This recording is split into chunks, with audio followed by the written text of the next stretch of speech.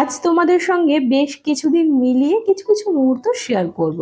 আশা করছি তোমাদের বেশ ভালো লাগবে। প্রথমেই বলি, দুই ভাগ্নেকে নিয়ে আমার ননদিনী আমাদের বাড়িতে আসে, অর্থাৎ আমার শ্বশুর বাড়ি আর তার বাপের বাড়ি। তারপর আমরা একদিন বনগাঁতে আসি একটা নেকলেস নেওয়ার জন্য। তো এই নেকলেসটা আমরা চুজ করেছি, কেমন লাগছে জানিও। এটা পিসি থেকে নেওয়া হয়েছে।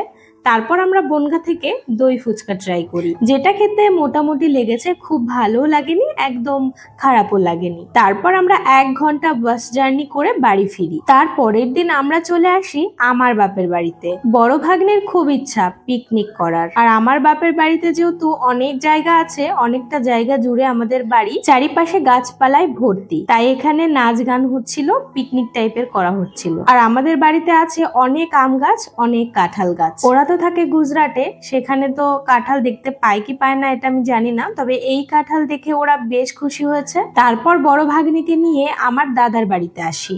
দাদার বাড়ি থেকে আম পাড়ছিল। বড় ভাগ্নে ভীষণ খুশি হয়ে আম পেড়েছে, আমগুলো আরো পাকা ছিল।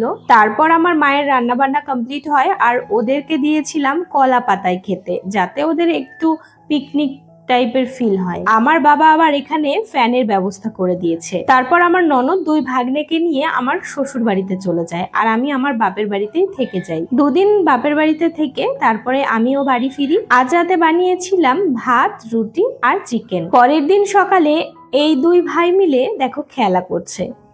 এই সুন্দর মুহূর্তটা ক্যামেরা বন্দি করে নিলাম। ভাই হয়েছে ডক্টর আর দাদা হয়েছে পেশেন্ট। পরের দিন বেশ বৃষ্টি হচ্ছিল। বৃষ্টির মধ্যে বড় ভাগ্নে ম্যাগি খেতে চায়। ও খাবে একটু ঝোল ঝোল ম্যাগি। ঝোল কম হয়ে যাওয়ায় ওর মনটা খারাপ। অন্য সময় ভিডিও করলে বেশ খুশি হয়, এখন অতটাও খুশি হয়নি। পরের দিন সকালে আমি বানিয়েছিলাম চিকেন মোমো, সঙ্গে বানিয়েছিলাম চাটনি। স্যুপ বানাইনি। মোমোর সঙ্গে স্যুপ ছিল না, তাও কিন্তু কারোর খারাপ লাগেনি, সবাই বেশ ভালো খেয়েছে। পরের দিন সকাল 8টার আগে আমি এখানে 25 থেকে 30টা পরোটা করে ফেলি, আর বেশ কিছুটা ঘুগনি। সেই খাবারগুলোকে নিয়ে আমরা চলে আসি মায়াপুরে। সোজা চলে আসি আমরা ঘাটে। এখানে এসেই আমাদের টিফিন করে নিই। সকালের জল খাবার খেয়ে তারপরে আমরা চলে আসি গঙ্গার ঘাটে। গঙ্গা স্নান সেরে তারপরে আমরা মায়াপুর মঠে ঘুরবো। অনেকদিন পর মায়াপুরে এলাম। লাস্ট এসেছিলাম আমি আমার হাজবেন্ডের সঙ্গে বাইকে করে। গঙ্গা স্নান সেরে আমরা সবাই মিলে চলে আসি মায়াপুর মঠে। এখান থেকে 3 ভাই বাঁশি কিনবে, বড় ভাগ্নে কিনবে তুলসীর মালা। আমার ভাইয়ের গলায় তুলসীর মালা আছে, এমনকি আমার শাশুড়ি মায়ের গলায়ও আছে, যেটা দেখে ওর একটু শখ হয়েছে। যাই হোক, ওর একটু ইচ্ছা হয়েছে তুলসীর মালা ও পরবে, যে জন্য ওকে একটা তুলসীর মালা কিনে দেওয়া হয়েছে। তারপরে আমি চলে আসি একটা ধূপকাঠির দোকানে। এখান থেকে আমরা কয়েক প্যাকেট ধূপকাঠি নিয়েছি। আমি নিয়েছি 2 প্যাকেট, আমার মাও ছিল, আমার মাও নিয়েছে 3-4 প্যাকেট।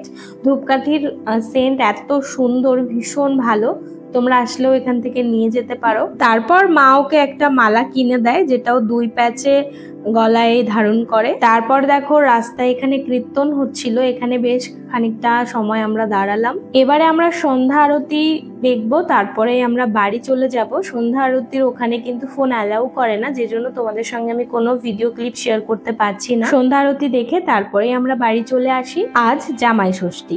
জামাই ষষ্ঠীর দিন সকাল সকাল স্নান সেরে পুজো দিয়ে নিলাম। সকাল সকাল ঠাকুর পুজো করে তারপরে আমরা বাড়ির যে আত্মীয় স্বজনরা আসছে বা এসেছে তাদেরকে এই যে কাঁঠাল, আম, কলা, মুড়ি, চিড়ে, যা যা আর কি আমাদের নিয়মের মধ্যে আছে জামাই ষষ্ঠীতে, সেগুলোই সবাই মিলে খাবো। জামাই ষষ্ঠীতে তোমরা কেমন কাটালে অবশ্যই আমাকে কমেন্টে জানিও।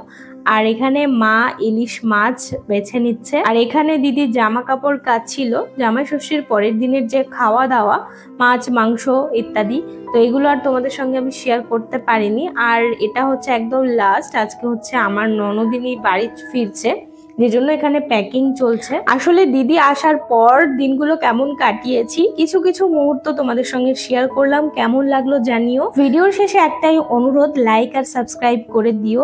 আর